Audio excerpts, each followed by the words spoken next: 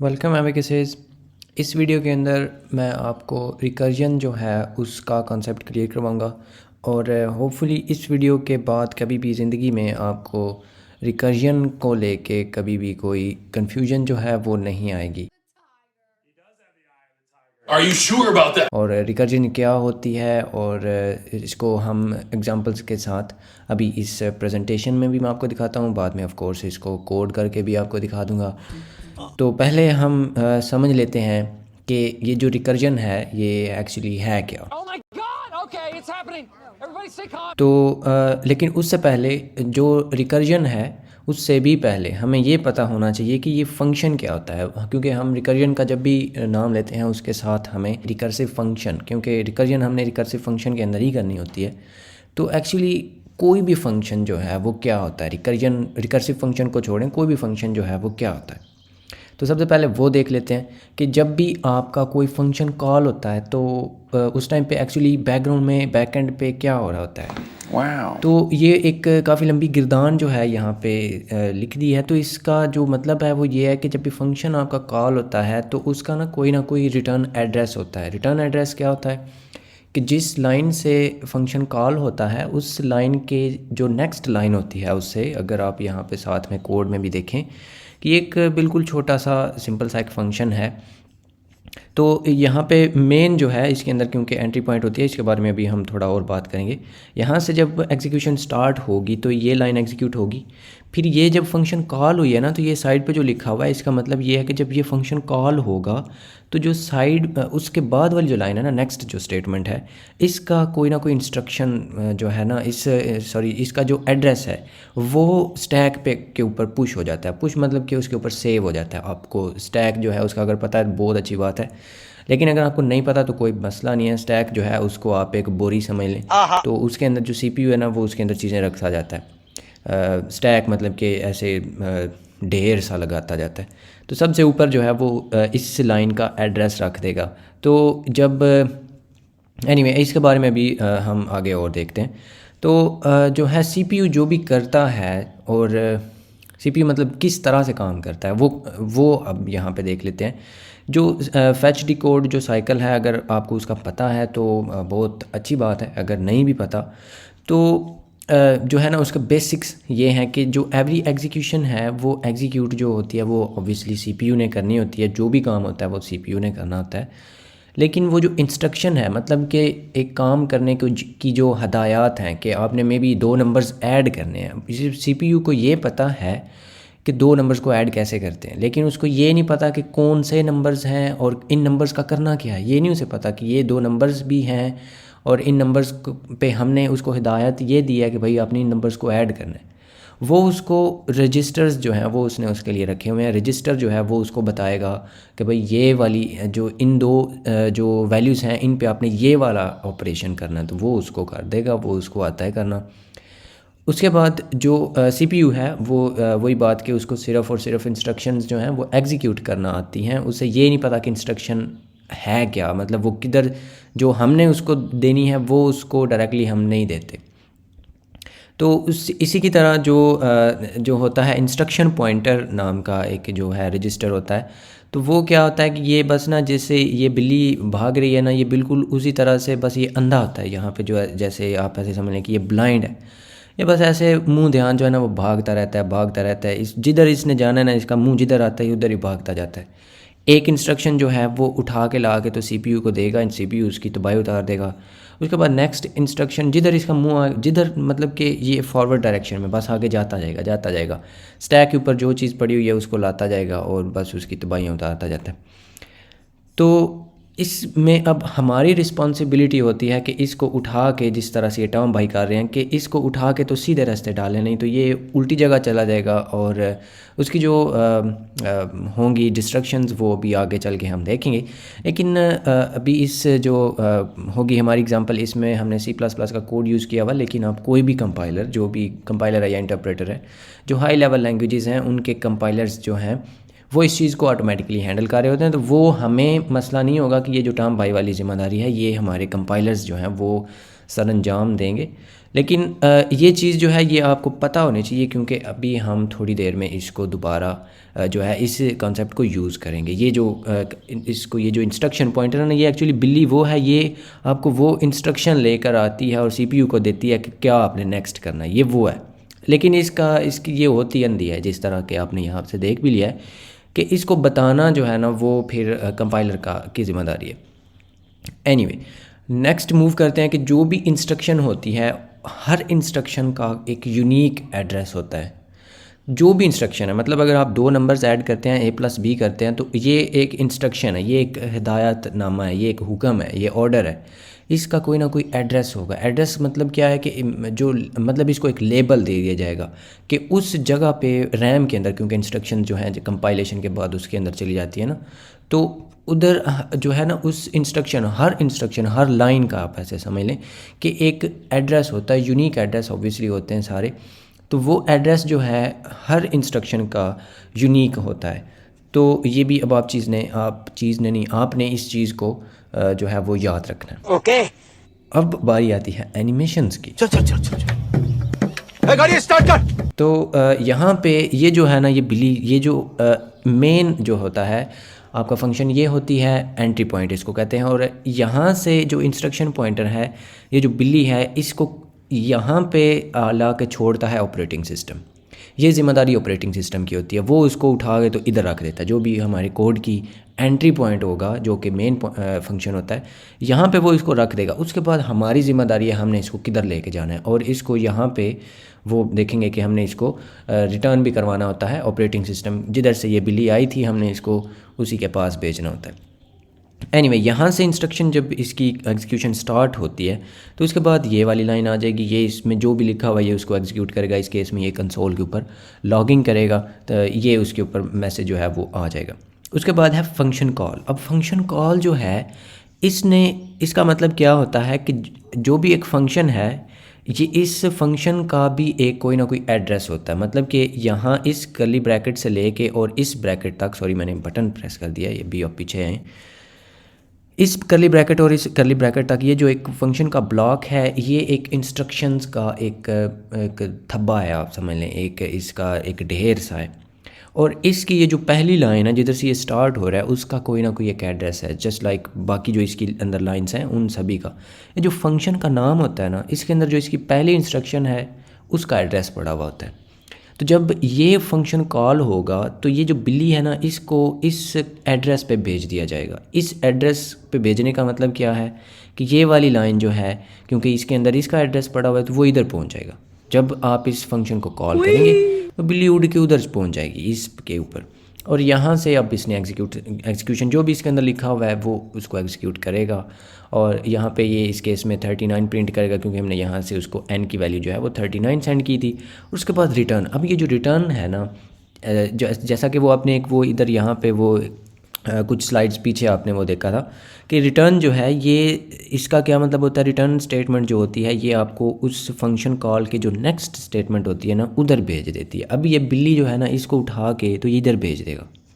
तो जो ही ये वाली इंस्ट्रक्शन एग्जीक्यूट होगी जिधर रिटर्न लिखा हुआ है, तो ये इधर पहुंच जाएगी। और यहाँ से इसके बाद जो मेन फंक्शन है, इसके अंदर हम यहाँ पे लिख भी दें रिटर्न, तो ठीक है, किसी भी वैल्यू के साथ बाय डिफ़ॉल्ट रिटर्न 0 हो जाता है, ये हमें पता है मेन फंक्शन के अंदर से। और वो किधर रिटर्न होता है, वो ऑपरेटिंग सिस्टम को रिटर्न हो जाता है। और उधर जाके बिल्ली जो है उसको ऑपरेटिंग सिस्टम थोड़ी सी शांति देती है कि भाई शांत हो जाओ, कोई बात नहीं, शांत हो जाओ। तो इस तरह से जो ऑपरेटिंग सिस्टम है वो उसको अपने पास वापस ले लेता है। अब इसी चीज़ को दोबारा करते हैं, लेकिन इस टाइम अब हमारा जो काम है, जो कि रिकर्जन का है, इस वीडियो का टॉपिक भी है। अब आपको होपफुली फंक्शन कॉल्स जो हैं उनका पता चल गया होगा, थोड़ा सा जो इंट्रोडक्शन था। तो अब हम इसी चीज़ को यूज़ करते हैं, जो नॉलेज हमने अभी अभी गेन किया है उसको रिकर्जन के साथ करते हैं, रिकर्सिव फंक्शन के साथ। तो यहाँ पे मेरे पास एक मेन फंक्शन है, डमी फंक्शन सा है। तो लेकिन उसी की तरह का जो पहले हमने एग्जांपल देखी है कि बिफोर कॉलिंग प्रिंट काउंटिंग, ये फंक्शन का नाम है। उससे पहले यहाँ से ये आएगा और उसके बाद ये मैं इसको 0 सेंड कर रहा हूँ। और इसकी डेफिनेशंस अभी हम यहाँ पे आगे देखते हैं। तो बिल्ली जो है उसको ऑपरेटिंग सिस्टम यहाँ से उसकी जो क्या उसको लीश कहते हैं, वो उसको छोड़ेगा और वो उड़ती इधर आ जाएगी और यहाँ से स्टार्ट होगी। अब इस लाइन को इसने एग्जीक्यूट करना है, हो गया, ठीक है। और उसके बाद है फंक्शन कॉल। फंक्शन कॉल जो फंक्शन का नाम है वो एक्चुअली पॉइंटर होता है, उसके अंदर एड्रेस पड़ा हुआ होता है। फर्स्ट जो स्टेटमेंट होती है फंक्शन की उसका एड्रेस पड़ा हुआ होता है। तो वो हमें पता है कि हर इंस्ट्रक्शन जो है, हर जो लाइन है उसका एक यूनिक एड्रेस होता है। तो फंक्शन का जो नाम है उसके अंदर एड्रेस होता है उस फंक्शन की पहली इंस्ट्रक्शन का, तो वो उधर पहुंच जाएगा। और अभी अब इस लाइन पे पहुंचा है तो बिल्ली जब इसको करेगी ना, तो बिल्ली ने इसको जब पहुंचना है तो ये चीज़, इसका मतलब है कि इधर पहुंच जाओ। और यहाँ पे साइड पे आपने देखना करना है कि n की वैल्यू जो है वो इस फंक्शन के साथ क्या है, और ये हम बार बार यूज़ करेंगे। ये फंक्शन है और ये रिकर्सिव फंक्शन है जो कि क्या करेगा, एक कंडीशन के बेस पे, और इसके बारे में अब एंड पे हम और भी देखेंगे कि जब n जो है अगर 5 से छोटा है तो ये काम करो, अदरवाइज़ रिटर्न कर दो। और इसको मैं साथ साथ एक्सप्लेन करता हूँ। ये बस एक रिकर्सिव फंक्शन है, उसको आपने यहाँ पे देख लेना है। जब ये फंक्शन यहाँ पे कॉल होगा तो इसका मतलब क्या है कि इस फंक्शन की जो फर्स्ट लाइन है उधर पहुँच जाओ, तो ये उसको उधर उड़ा के ले जाएगा और ये इधर आ जाएगी। और इसके बाद क्या होगा, अब पूरी जो स्क्रीन है न्यू स्लाइड के ऊपर हम सिर्फ ये वाला फंक्शन देखते हैं। इसके अंदर क्या हो रहा है, n की वैल्यू जो है वो 0 है और जो बिल्ली है वो नेक्स्ट स्टेटमेंट पे आएगी। ये स्टेटमेंट क्या है, इसको वो एक्सिक्यूट करेगी। ये सिंपली यहाँ पे एक जो है वो कंपैरिजन हो रहा है कि जो n है क्या वो n 5 से छोटा है, जो कि एक मैजिक नंबर हम यहाँ पे यूज़ किया हुआ है, नो प्रॉब्लम। n जो है वो 5 से छोटा है, तो जो कि इनफैक्ट है, जो इसकी वैल्यू इस टाइम पे 0 है, तो ये इसको इसके अंदर आ जाएगा। और इसके अंदर क्या है, इसके अंदर एक और फंक्शन कॉल हो रही है। फंक्शन कॉल का क्या मतलब होता है, जो कि हमें पहले ही पता है कि भाई आप इस जो एड्रेस है इस एड्रेस पे पहुंच जाओ। इस एड्रेस, ये जो फंक्शन का नाम होता है इसके अंदर होता है फंक्शन की पहली स्टेटमेंट, तो ये उधर पहुंचा रहा है। लेकिन इस बार हम इसको जो नंबर है जो कि n है उसकी वैल्यू चेंज करके दे रहे हैं, और वो यहाँ पे हम देखते हैं आगे कि जब अब ये वाला फंक्शन कॉल होगा ना इधर से, तो अब n की वैल्यू, क्योंकि हम पहले n की वैल्यू थी 0 पीछे वाली कॉल में, तो अब हम उसके अंदर एक ऐड करके तो दोबारा कॉल कर रहे हैं। आप जो है वो अब मैं तो यहाँ पे इसके ऊपर हाथ रखूँगा तो आपको तो वो नज़र नहीं आएगा, लेकिन आप ना इन वाली जो इतनी जो ऊपर वाली लाइन्स है ना, इनके ऊपर आप ज़रा हाथ रखें, और जो नीचे आपको सिर्फ ना एक लाइन नज़र आ रही है ये वाली, और इस लाइन, ये वाली जो लाइन है ये बिल्कुल वैसी है जैसे आपने एक मेन फंक्शन के अंदर इसको कॉल किया था। और आप सपोज़ करें कि मेन फंक्शन के अंदर आपने ये वाला एक वेरिएबल बनाया था जिसका नाम आपने n रखा था और उसकी वैल्यू आपने 0 रख दी थी, और उधर आप कॉल करते हुए आप जस्ट इस तरह से इसको कॉल कर रहे हैं। ये मेन फंक्शन के अंदर आप समझ लें, इससे ज़रा भी डरना नहीं है, ये सिंपल वही उसी तरह से काम हो रहा है। ये जो n है इसकी वैल्यू अगर आपने 0 रखी हुई, तो अगर आप इस तरह से कॉल करते हैं तो उसके अंदर क्या जाएगा, इसके अंदर पास होकर क्या आएगा, ऑब्वियसली उसके अंदर n की वैल्यू 1 आएगी। तो अब ये दोबारा इधर से कॉल हो रहा है ना, तो ये क्योंकि इस इंस्ट्रक्शन, ये वाली जो फंक्शन है, ये जो पॉइंटर होता है एक्चुअली, फर्स्ट जो इंस्ट्रक्शन है उधर ये इसको इस तरह से पहुंचा देगा। और यहाँ पे अब दोबारा देख लेते हैं, n की वैल्यू जो है वो है 1, और हम इधर जो है वो बिल्ली हमारी पहुंची हुई है, इधर नीचे आएंगे, यहाँ पे कंडीशन चेक करेंगे, 1 जो है वो इनफैक्ट 5 से छोटा होता है, और हम दोबारा इस कंडीशन, इस ब्लॉक के अंदर आ जाएंगे, इफ़ ब्लॉक के अंदर, और इधर दोबारा ये फंक्शन कॉल हो रही है। Here we go again. Function call जब भी आएगी ना, तो बिल्ली को जो है वो उठा के तो इसके ऊपर फेंक दिया जाएगा जिधर भी ये पॉइंट कर रहा है। तो इसका पॉइंटर किधर है, इसका पॉइंटर फिर उधर ही है, इसके अपने ऊपर ही है। ये जहाँ पे हम दो, मैं जो है वो दिखा रहा हूँ सिर्फ जो है आपको समझाने के लिए, लेकिन ये एक्चुअली ये सेम ही फंक्शन है, आप देख लेना सेम फंक्शन है बिल्कुल। अब इधर दोबारा वही सेम काम हो रहा है। अब आप इतनी जो ये जो दो बारी ऊपर लाइंस हैं इनके ऊपर अगर आप दोबारा हाथ रखें, तो ये n जो है इसकी वैल्यू 1 आई थी पिछली कॉल में, तो उसके अंदर आप सिंपल एक ऐड करके तो दोबारा इसको कॉल कर रहे हैं। इसको भी आप उसी तरह समझ सकते हैं कि n अगर आपके पास एक वेरिएबल हो, उसको आप 1 से इनिशियलाइज़ करते हैं, तो और इस तरह से फिर आप उस फंक्शन को कॉल करते हैं n+1, तो उसके अंदर क्या वैल्यू पास होगी, उसके अंदर वैल्यू 2 पास होगी ऑब्वियसली, और क्या। बिल्कुल इसी तरह से ये उड़ता हुआ इधर आ जाएगा, n की वैल्यू जो है वो 2 लेकर आएगा इस बार, और ये रिपीट हो जाएगा ये सारा काम। और अब यहाँ पे स्लाइड्स जो हैं उसके अंदर मैंने ये सारी जो हमारी 5 कॉल्स हैं वो मैंने यहाँ पे की हैं एनिमेट, सारे की सारी डिफरेंट वैल्यूज़ के साथ। यहाँ पे आप देख सकते हैं अब n की वैल्यू 4 आई है, इसके अंदर दोबारा आएगा, इसके अंदर 4 जो है वो 5 से लेस देन होता है, दोबारा वही काम करेगा। इसको मैं दोबारा अब एक्सप्लेन क्या करना है, ये सेम चीज़ है। तो होपफुली आपको समझ आ रही है। इसी तरह से अब जो काम है ना वो आपने देखना है कि यहाँ पे ना n की वैल्यू 4 हो गई थी इस कॉल के अंदर। अब क्या होगा कि आप 4 + 1 इसके अंदर दोबारा करें तो बिल्ली जो है वो दोबारा इधर पहुँचेगी, लेकिन इस बार ना n की वैल्यू 5 है।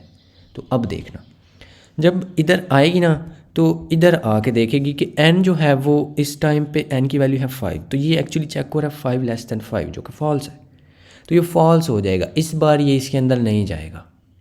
तो जब ये कंडीशन ट्रू नहीं होगी तो इसके बाद वाली स्टेटमेंट फिर किधर है वो देखते हैं। वो तो डायरेक्टली यहाँ पे रिटर्न पे पहुँच गया है, और बिल्ली यहाँ पे जब पहुँचेगी तो अब ये रिटर्न किधर होगा, ये रिटर्न किधर होगा? क्या ये डायरेक्टली मेन फंक्शन के अंदर रिटर्न होगा? नो।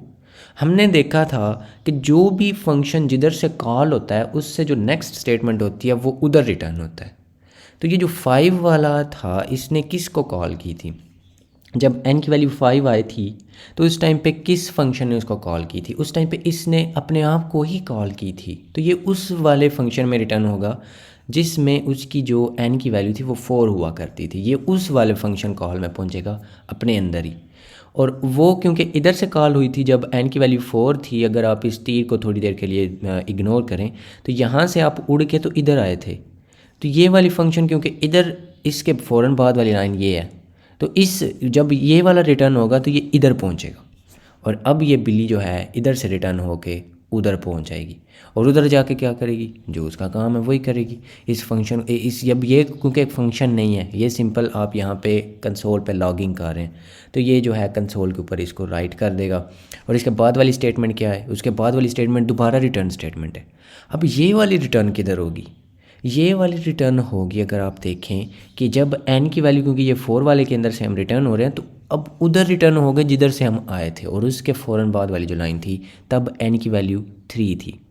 तो ये भी आपने देखना है। यहाँ पे मैं बताना भूल गया कि ये जब यहाँ से आप आए इस तरह से, यहाँ से आप दोबारा अगर देखें यहाँ पे ये वाली वो कंडीशन है, वो वाली कॉल है जब n की वैल्यू 5 थी, यहाँ पे ये कंडीशन फॉल्स हुई और यहाँ से हम फर्स्ट टाइम रिटर्न हुए हैं, तो ये रिटर्न होगा इधर। और इधर जब ये आएगा तो इस टाइम पे n की वैल्यू थी 4, तो n की वैल्यू 4 प्रिंट होगी। ये भी आपने देखना है, वो मैं पहले बताना भूल गया। और उसके बाद आप दोबारा इधर आएंगे, अब ये n की वैल्यू 4 इधर थी, इसके अंदर हम अब n की वैल्यू 4 प्रिंट करके रिटर्न पे आए, और ये रिटर्न करेगा आपको इधर जब n की वैल्यू 3 हुआ करती थी। और इस फंक्शन के बाद क्योंकि हम इधर आ गए थे, अब इधर वाला काम हमारा ख़त्म हो गया, तो इसके बाद वाली स्टेटमेंट ये है, तो हम इधर रिटर्न हो जाएंगे। इधर n की वैल्यू थी 3, तो वो 3 यहाँ पे प्रिंट कर देगा एंड l के साथ। और उसके बाद यहाँ पे जब ये आएगा इसको ये एग्जीक्यूट करेगा, इसके फ़ौरन बाद वाली स्टेटमेंट दोबारा रिटर्न स्टेटमेंट है।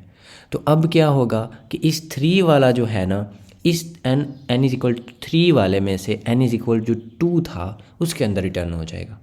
और ये वाली जो पूरी कॉल है ये ख़त्म हो गई हुई है, इसके फ़ौरन बाद ये वाली स्टेटमेंट तो 2 प्रिंट हो जाएगा। और इसी तरह से आप जो है वो इसको रिपीट करते जाएंगे। यहाँ पे मैं इसको थोड़ी देर के लिए बिल्ली को थोड़ा इस तरह से करते हैं, एनिमेशन ड्यूरेशन मुझे थोड़ी सी इसकी फास्ट करनी चाहिए थी।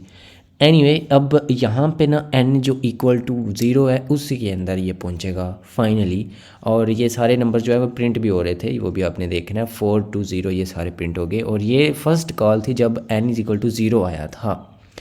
ये उस फंक्शन कॉल के अंदर पहुंच गया, यहाँ पे 0 प्रिंट होगा, और उसके बाद जो है आप दोबारा रिटर्न होंगे। अब n इज़ इक्वल टू 0 वाली जो कॉल थी वो आई थी हमें मेन के अंदर से। तो वो अगर यहाँ पे आप देखें कि जब n इज़ इक्वल टू 0 हमें पास हुआ था वो मेन के अंदर से आया था, तो ये रिटर्न जो स्टेटमेंट है ये हमें उस जो फंक्शन कॉल थी उसके फ़ौरन बाद जो स्टेटमेंट थी ना उधर पहुँचा देगी। और वो क्या है? वो ये वाली है। तो ये भाई साहब उड़ते हुए उधर पहुँच जाएंगे, और उधर जो थी जो भी उसके आगे लिखा हुआ था स्टेटमेंट थी उसको एग्जीक्यूट करेंगे। और यहाँ पे एक्सप्लिसिटली लिखने की ज़रूरत नहीं होती, क्योंकि यहाँ पे बाय डिफ़ॉल्ट रिटर्न 0 हो जाता है अगर कोई एरर ना आए। तो इसके फ़ौरन बाद रिटर्न लिखा हुआ है, जो कि रिटर्न मेन फंक्शन के अंदर से रिटर्न आप किधर होते हैं? जिधर से आप आए थे। आए किधर से? ऑपरेटिंग सिस्टम के पास से आए थे, तो आप उसकी बाहों में दोबारा पहुँच जाएंगे और उधर आपको वो थोड़ी सी शांति देगा। इस तरह से आपने जो रिकर्जन है उसको कर लेना है। अभी मैं आपको एक और थोड़ी सी इसी तरह से ड्राइंग सी दिखाता हूँ, इसी के थोड़ा सा रिलेटेड है, मे बी आपको इससे थोड़ी और समझ आ जाएगी अगर आपको ये थोड़ी सी डिफरेंट है। कि इसके अंदर जो सेम वही फंक्शन है, लेकिन यहाँ पे ये जो ब्राउन है, ये ऑरेंज कलर का है ना एरो, ये है कॉल करने वाला, यानी कि इसकी मदद से हम नीचे जाएंगे और वापस रिटर्न जो है उसके लिए ब्लू एरोज़ जो है वो आपने देखने हैं। लेकिन अभी क्योंकि हम नीचे जा रहे हैं तो आपने सिर्फ ब्राउन कह रहा हूँ, जो ऑरेंज से एरोज़ हैं उनको आपने मुलाहिजा करना है। इधर से कॉल हुए, एन की वैल्यू 0 लेकर हम आए इसके अंदर। अब इसके अंदर ना मैंने एन लेस दैन 10 रखा हुआ है, तो ये बाद में मुझे ख्याल आया था, लेकिन फिर I was too lazy to edit. तो ये जो है ना, आपने इसको थोड़ा सा इग्नोर करना। आप इमेजिन करें यहाँ पे 5 लिखा हुआ है, बल्कि इमेजिन ना करें, 10 नहीं समझे आप। उसके बाद आप यहाँ पे आए, ये वाली कंडीशन जो है चेक हुई, जो कि ट्रू है, n इक्वल क्योंकि 0 है। तो इधर आए हम, इसने इसको दोबारा कॉल की, n यहाँ पे आपने एरो देखना है, n इक्वल टू 1 के साथ दोबारा इस पे कॉल हुई। अब n इक्वल टू 1 जो है वो यहाँ पे कंपेयर होगा, ट्रू है तो ये दोबारा कॉल होगी। अब ये दोबारा इसके नीचे आ जाएगा, n इक्वल टू 2 लेकर अब आएगा, एंड सो ऑन। इसी तरह से चलता जाएगा। इसके ना 5 के बाद मैंने डायरेक्टली 9 और 10 कर दिया, क्योंकि वो इतने सारा कॉल सेम करने की ज़रूरत नहीं थी, आपको बस समझ तो आ रही है। n इक्वल टू 10 जो है, जब ये आएगा तो 10 लेस दैन 10 फॉल्स है, तो इसके अंदर इस बार ये एंटर नहीं होगा, डायरेक्टली रिटर्न पे आ जाएगा। रिटर्न अब किधर होना है, जिधर से कॉल हुई थी, जिधर से आप आए थे उसके फ़ौरन बाद वाली लाइन। तो ये रिटर्न होगा इधर से होता हुआ इस लाइन पे, ये इसको एग्जीक्यूट करेगा। उसके बाद दोबारा ये रिटर्न हो रहा है, ये रिटर्न होगा जिधर से ये वाली कॉल आई थी, ये सारे की सारी। तो ये रिटर्न, ये कॉल हुई थी इस लाइन, और इस लाइन के फ़ौरन बाद ये रिटर्न होगा इस लाइन पे, इधर आ गया। और इसी तरह से अब ये इससे वापस जाता जाएगा, इस पे आएगा, इधर से दोबारा रिटर्न होके उसमें जाएगा, उससे रिटर्न होके इसमें आएगा, और उससे रिटर्न होके इसमें आएगा, एंड इसमें आएगा, और ये वाला रिटर्न होके तो यहाँ पे मेन फंक्शन में पहुँच जाएगा। सो इस तरह से काइंड ऑफ ये जो है आप रिकर्जन जो है, काइंड ऑफ तो नहीं, डेफिनेटली आप इसी तरह से ही रिकर्जन जो है उसको समझ सकते हैं। तो अब जो है वो आपको थोड़ी सी डेफिनेशंस जो हैं वो भी मैं बता देता हूँ कि ये जो रिकर्जन है इसमें डेफिनेशंस थोड़ी सी थ्योरी भी हो जाए, बिकॉज वाई नॉट। तो जो है फंक्शन जब अपने आप को कॉल करता है अंडर ए बेस कंडीशन, ये वाली जो इतना पार्ट है ना, अंडर ए बेस कंडीशन, ये लाजमी आपने लिखना होता है, बिकॉज इसके बिना रिकर्जन नहीं होती। वो क्या होती है, वो यहाँ पे देखते हैं कि without a base condition recursion would cause the stack to overflow and execution will crash. तो इसका मतलब क्या है, जो क्योंकि जब भी आप कॉल करते हैं ना, तो वो मैंने आपको बोला कि वो एक बोरी सी आप समझ लें, स्टैक जो है, अगर आपको पता है तो फिर आप उसको स्टैक ही समझें, अगर आपको स्टैक का आइडिया नहीं है तो फिर स्टैक को आप बोरी समझ लें। बोरी के अंदर जो है ना वो डालता जाता है जो CPU है, जो हमारा कंपाइलर समझ लें। तो जो अब वो बोरी जो है उसका एक साइज़ है। अगर आप कॉलें करते जाएंगे, बस करते ही जाएंगे, सारी ज़िंदगी करते ही जाएंगे, क्योंकि ये वाली जो हमारी यहाँ पे थी ना, इसके अंदर हम कॉलें कर रहे हैं सिर्फ उस टाइम पे अगर ये वाली कंडीशन ट्रू है, तो हम ऑलवेज़ इसको कॉल नहीं कर रहे। ये इसका मतलब है, ये बेस कंडीशन होती है कि बेस कंडीशन जो है वो अभी हम आगे भी देखते हैं, लेकिन आपने ये देखना है कि इस कंडीशन की बेस पे हम इसको कॉल नहीं कर रहे थे। अगर ये कंडीशन फॉल्स ही तो हम सिंपली यहाँ से रिटर्न कर गए थे, जो कि हमने लास्ट टाइम पे यहाँ पे नीचे आके किया भी था।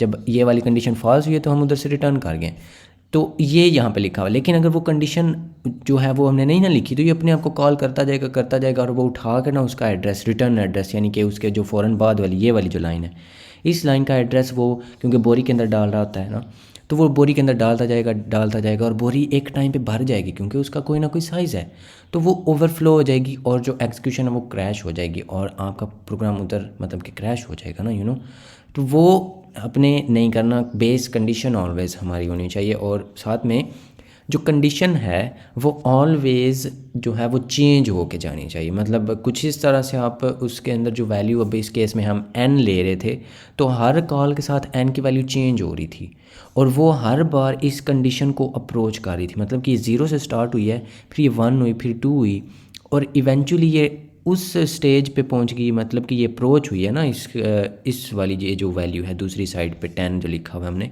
इसको अप्रोच हुई है। और अप्रोच होने का मतलब क्या है कि एक टाइम ऐसा आया है कि ये कंडीशन फॉल्स हो गई है, बिल्कुल जिस तरह से आप लूप्स के अंदर करते हैं। तो ये अब लूप जो है उसको फॉर लूप है, वाइल लूप है, तो इसकी कंडीशन आपने लगानी होती है ना, तो बिल्कुल वैसे ही है ये भी कंडीशन वाइज कि अगर आपने कंडीशन नहीं लगाई तो लूप आपका इंडेफिनिट चल जाएगा। कुछ कंपाइलर्स उसको जो है वो कंपाइल नहीं करेंगे, कुछ उसको कंपाइल एंड रन भी कर देंगे और वो इंडेफिनिट चलता जाएगा, मतलब कि वो कभी रुकेगा ही नहीं, इन्फिनिट चल जाएगा। अब वाइल ट्रू लिख देंगे अब काइंड ऑफ। तो इसी तरह से जो है वो इसके अंदर भी जो कंडीशन है वो ऑलवेज़ इसको अप्रोच करनी चाहिए। अब अप्रोच करने का मतलब आप ये भी समझ सकते हैं कि अगर ये 0 से स्टार्ट हो रहा है तो आप इसके अंदर n-1 अगर करते जाएंगे ना तो वो n तो ऑलवेज़ पीछे जाता जाएगा, और क्योंकि ये साइंड इंटीजर है तो ये 10 से छोटा पता नहीं कितने साइकिल्स के बाद होगा। ऑलमोस्ट 4 बिलियन जो है ना, अगर ये 32 बिट का है तो 4 बिलियन जो भी 32 बिट्स अगर ऑन की हुई हो तो ये पहले नेगेटिव सारा पीछे जाएगा, फिर इधर से रैप होके आएगा, फिर कहीं जाके ये 10 आएगा। तो उस टाइम पे एक्चुअली उधर तक तो नहीं जाएगा जब ये नेगेटिव में मैक्सिमम पे पहुंच जाएगा, जो कि नेगेटिव तकरीबन 2 बिलियन है। तो उस तकरीबन तो नहीं 2 बिलियन से थोड़ा सा आगे, तो उसके बाद जब ये यूँ ही रैप हो गए तो पॉजिटिव में जाएगा तो ये कंडीशन उस टाइम पे फॉल्स होगी। तो एक्चुअली आप यहाँ पे तकरीबन 2 बिलियन कॉल्स कर बैठेंगे, तो वो नहीं हमने करना, हमने इसको इस तरह से अप्रोच करना है वो, क्योंकि फिर वो लॉजिकल एरर होगा। तो एक तो ये भी इसने आप ये वाली जो थर्ड पॉइंट है इसका मतलब ये है कि वो इसको अप्रोच करनी चाहिए। Condition should always be approached to being false at some point just like in loops. तो अप्रोच करनी चाहिए, और अप्रोच करने का मतलब है कि ये इस तरह से चेंज होनी चाहिए कि एट सम पॉइंट ये फॉल्स हो जाए इवेंचुअली। तो उसके बाद ये जो स्लाइड है ये मैंने यहाँ पे डिलीट करनी थी, लेकिन ये मैंने अभी तक कैमे इधर रखी हुई है फॉर सम रीज़न। लेकिन जो है इतना जो है वो हमारा यहाँ पे एक्चुअली मैंने थैंक यू की ऐड करनी थी, लेकिन वो मैंने कोई नहीं ऐड की, तो वो हम यहाँ पे जो है ना मिल के ऐड कर लेते हैं। और साथ में मैं आपको जो है वो थैंक यू आपका कि आपने जो है अपना टाइम निकाला और इस वीडियो को देखा और इस प्रेजेंटेशन को देखा। यहाँ पे मिल के जो है अपना शुक्रिया अदा कर लेते हैं। एक्चुअली मैंने पूरी स्लाइड कॉपी करनी थी, तो होपफुली इसके साथ साथ आपको जो है इसकी समझ भी आ गई होगी। Thanks for watching. तो और साथ में आपने जो है वो इसको समझ आपको आ गई होगी। ऑलमोस्ट हाफ आवर की वीडियो हो गई हुई है, यहाँ पे टाइमर मुझे नज़र आ रहा है। और अगर आपको इसमें कोई भी क्वेश्चन है तो आप उसको पूछ सकते हैं ऑब्वियसली यहाँ पे नीचे ही कमेंट्स के अंदर। और अगर आपको समझ आई है तो वो भी आप बताएं कि आपको इसकी समझ आ गई है, ताकि मुझे भी पता चले कि जो जिस तरह से मैंने बताया है, जिस तरह से मैंने पढ़ाया है, बताने की कोशिश की है, वो मैं एक्चुअली डिलीवर भी कर सका हूँ। तो ताकि नेक्स्ट टाइम जो है वो अगर मतलब जिसको फीडबैक कहते हैं, तो आपको वैसे फीडबैक का पता ही है, कौन है ये लोग? फीडबैक्स जो हैं वो लाजमी होती हैं। तो आप उस तरह से ये वॉचिंग के स्पेलिंग अगर मैंने गलत लिखी हैं तो यहाँ पे ना ये कोई नहीं शो करा रहा, इसके नीचे वो रेड लाइन, तो वो आप खुद ही समझ लेना। मुझे ये अजीब से लग रहे हैं, पता नहीं, आई थिंक ये सारे अपर केस है ना तो इसलिए अजीब से लग रहे हैं, लेकिन आई थिंक ये ऐसे ही होते हैं। वॉटिचिंग, यस आई थिंक यही होते हैं। एनीवे ये जो है अपने यहाँ पे रिकर्जन जो है उसको सीख लिया आप। ओके, मैं वो मैंने वो सारी जो है ना वो अनकंडीशनल, आई थिंक मैंने ये जो रिपीट करना था ना, ये थैंक्स फॉर वाचिंग, ये मैंने अनकंडीशनल कर दिया था, तो मैं अपने आप को दोबारा कॉल कर रहा हूँ। सो इसके बाद यहाँ पे ना सब्सक्राइब भी लिख दूँ। सब्सक्राइब जो है वो आपने वैसे पहले किया हुआ होगा, अगर नहीं भी किया तो फिर इसका मतलब है कि कर दें, सो सब्सक्राइब फॉर सारा कुछ। और yes, so that's it for this video and I will see you in another one.